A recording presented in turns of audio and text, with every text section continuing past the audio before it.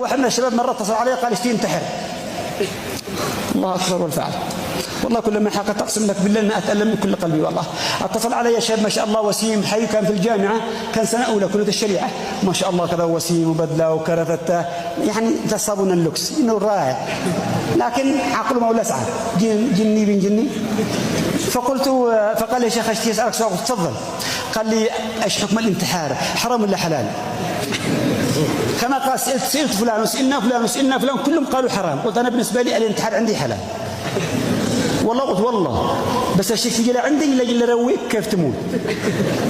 والله كنت أحسب لي نمزح والله أخذ سيارة وجاء. صليت العصر بعد الصلاة كما صليت شفت واحد ما شاء الله كذا بدلة ومهدى مهمة سلم عليه قال لي أنا هذا اتصلت قلت حياك الله حياك الله. نطلع نتكلم طلعنا جلسنا في البيت شوية وكان كل ما كلمني يبكي بكاء يا لطيف بكاء يقطع القلوب ويقول لي أنا بالنسبة لي خلاص أنا قررت أن أقسم لك بالله. وأنا أقول يا جني قل لا إله إلا الله لا تعمل لي مصيبة بالبيت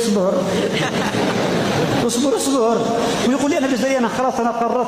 طيب خليني أفهمك أول شيء قل لي إيش المشكلة عند ما تحل أدي لك حل أعاونك أساعدك. ويقول لي أنا طيب خلاص نتفق أنك تنتحر بس قل لي إيش المشكلة. قال لي شوف أصلا يعني أنا حقيقة أنا متحرك وما عليك الله لا أحرجك خابر بس خابر.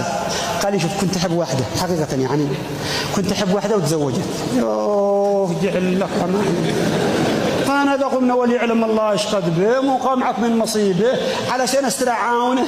قال لي والله طيب وين جاءت؟ قال لي خلت تزوجت. قلنا الله يفتح عليها الله يفتح عليها ما كتبش الله سبحانه وتعالى ما كتبش الله وربي دفعها عنك وربما ربي يشتري لك واحده ثانيه احسن واجمل. لا يمكن ابدا انا بالنسبه لي خلاص يعني انا قررت ولا يمكن قل لا اله الا الله ويبكي من كل قلبه. يا ريت ما فيش الذي ضبط الرواح. رجعت قلت له قم إذا قلت يلا الليل تنتحر. قال لي أيوة. قلت الليل خرجت إلى الزفلت. أول ما خرجنا إلى الزفلت وقفنا عند الرصيف والخلطة جاءت.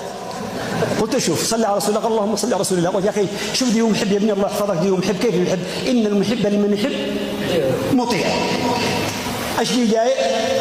قال لي هو خلاطه. قلت يا سلام شوف بدل ما تجعجع وتتبهذل او تتكسر ويجي يعالجوك القلبيين وانت لا تحته يمسحك الا طرحه واحده تفتح الا الابد للبعود. قال لي الله ما عاد عين الا قاطره وطبعا عين لك متر صلي على النبي. ايش عين لك انا؟ انت تموت ترتاح يلا الليل. قال يعني مش قلاب قلنا اذا تعال شكله طلع حق الحب. خذ بالي تعال لو كان حبك صادقا لاطعته ان المحب لمن يحب مطيع.